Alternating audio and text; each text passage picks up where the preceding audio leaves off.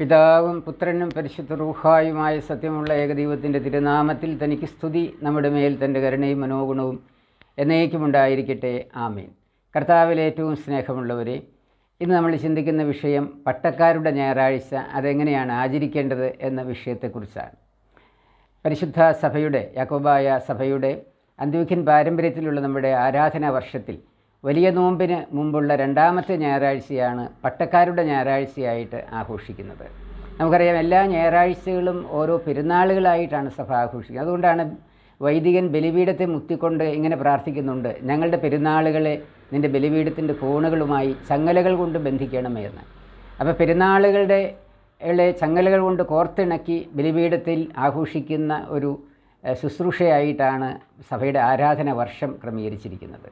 അങ്ങനെ ആരാധനാ വർഷത്തിൽ വലിയ നോമ്പിന് മുമ്പുള്ള രണ്ടാമത്തെ ഞായറാഴ്ച ആദം മുതൽ ഇന്ന് വരെ ജീവിച്ച് മരിച്ചുപോയ ശുശ്രൂഷ ചെയ്ത പട്ടക്കാരെ മുഴുവൻ ഓർക്കുകയും അതുപോലെ കർത്താവിൻ്റെ രണ്ടാമത്തെ വരവ് വരേക്കും ഇനി വട്ടമേറ്റ് ശുശ്രൂഷ ചെയ്യാനിരിക്കുന്ന വൈദികരെയും ഓർത്ത് പ്രാർത്ഥിക്കുന്ന ഒരു ഞായറാഴ്ചയാണ് പട്ടക്കാരുടെ ഞായറാഴ്ച എന്ന് പറയുന്നത്. ഇതെങ്ങനെയാണ് സഭ ആഘോഷിക്കുന്നത്, എങ്ങനെയാണ് വിശ്വാസികൾ ഇതിനെ കാണേണ്ടത് എന്നതാണ് ഇന്ന് ഈ കൊച്ചു വീഡിയോയിൽ നമ്മൾ ചിന്തിക്കാനായിട്ട് ആഗ്രഹിക്കുന്നത്.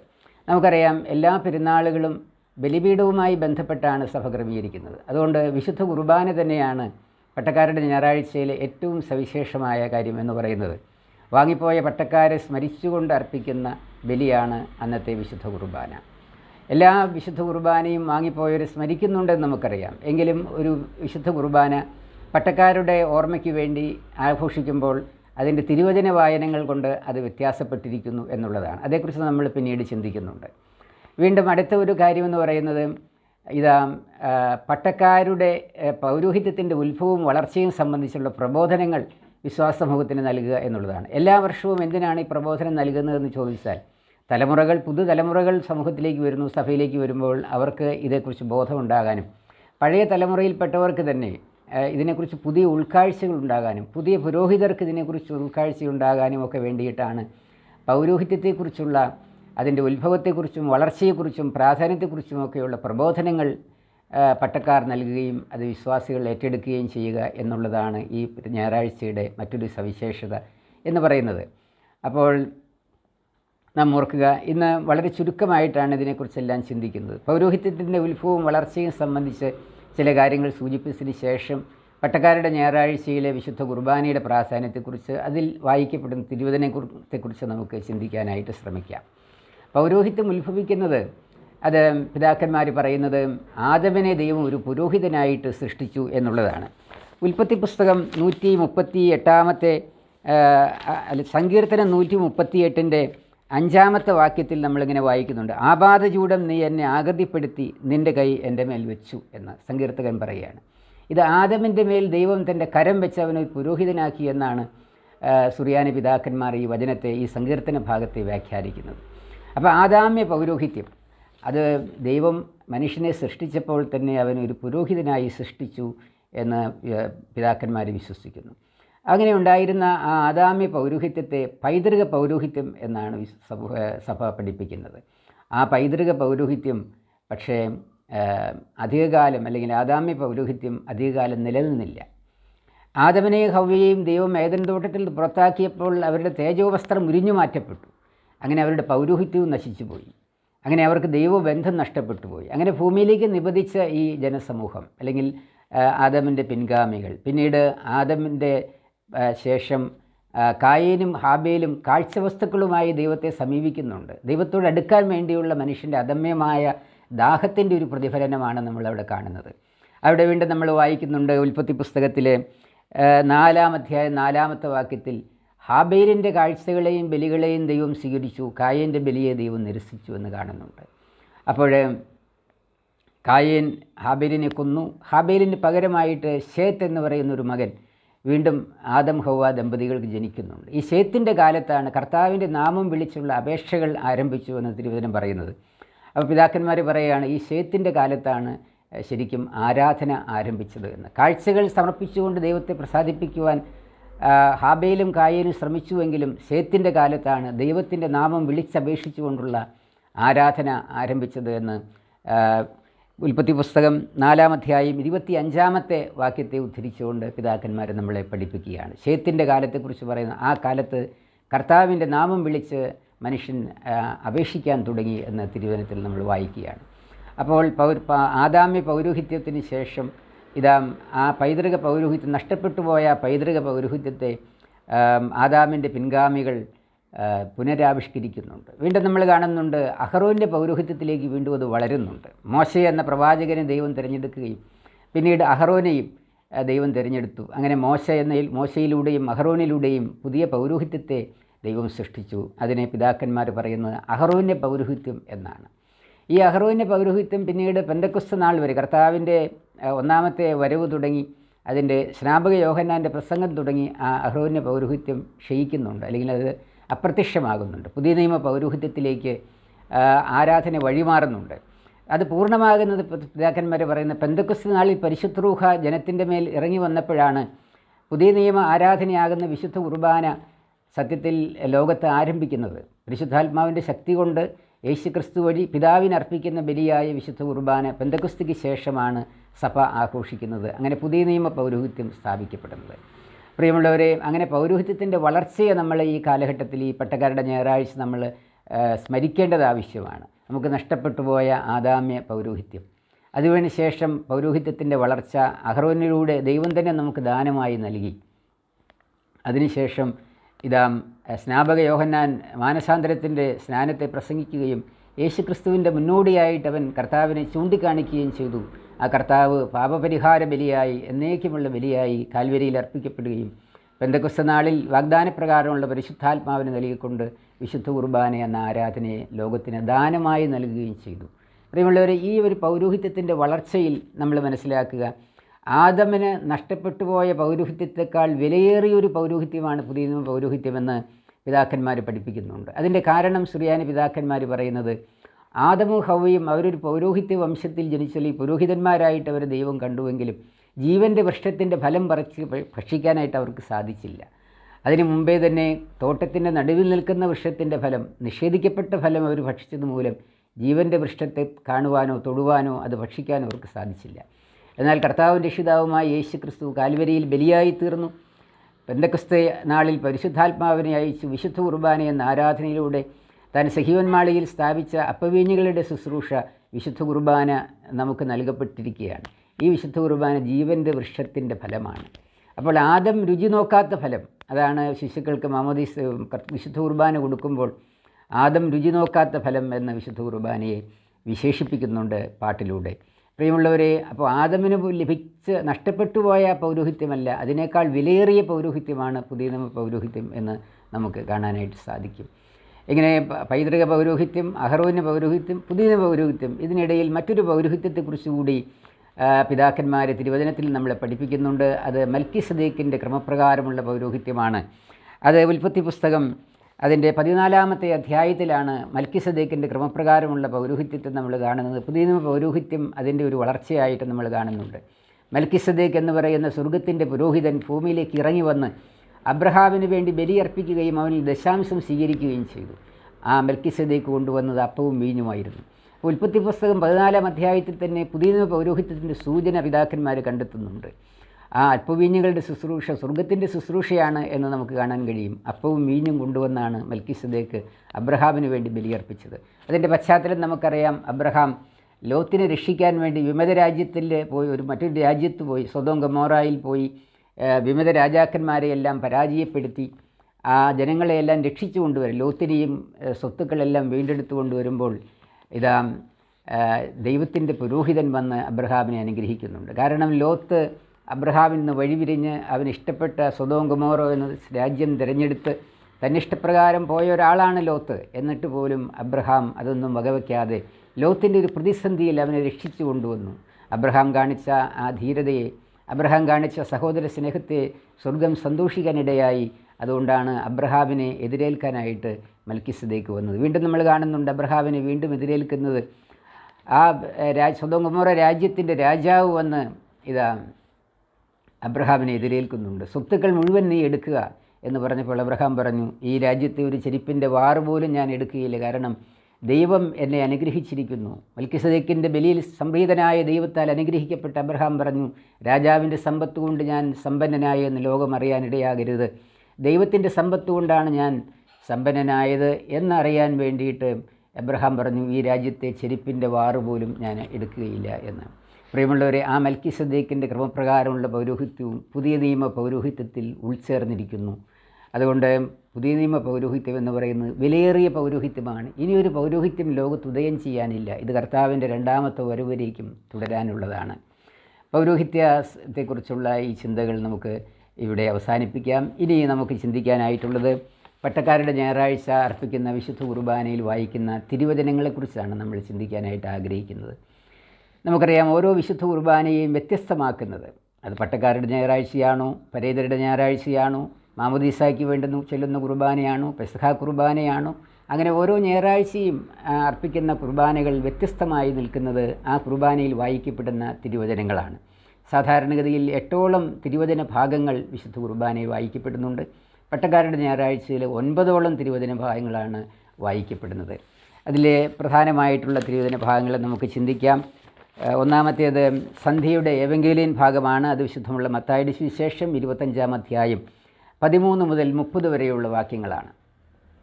ഇവിടെ താലന്തുകളുടെ ഉപമയാണ് നമ്മൾ വായിക്കുക.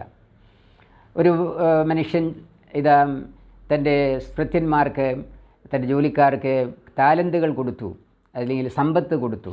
ഒരാൾക്ക് 5 കൊടുത്തു, ഒരാൾക്ക് 2 കൊടുത്തു, പിന്നെ ഒരാൾക്ക് 3 കൊടുത്തു. ദൂരദേശത്ത് പോയി തിരികെ വന്നപ്പോൾ ഈ ആൾക്കാരെല്ലാം വിളിച്ചിട്ട് ചോദിച്ചു, നിങ്ങൾക്ക് തന്ന സമ്പത്ത് നിങ്ങൾ എന്ത് ചെയ്തു എന്ന്. 5 കിട്ടിയവൻ പറഞ്ഞു, ഞാനത് ഇരട്ടിപ്പിച്ചു, 10 ആക്കി നൽകിയിരിക്കുന്നു. അപ്പോൾ അവൻ പറഞ്ഞു, അപ്പോൾ യജമാനൻ പറഞ്ഞു, കൊള്ളാം, നീ നല്ല ദാസൻ, നിന്നെ അധികം കാര്യങ്ങളുടെ ഉടമസ്ഥനാക്കുന്നു എന്ന്, അല്ലെങ്കിൽ ചുമതലക്കാരനാക്കുന്നുവെന്ന്. 2 കിട്ടിയവൻ പറഞ്ഞ് 2 കൂടി സമ്പാദിച്ചിട്ടുണ്ട് എന്ന്.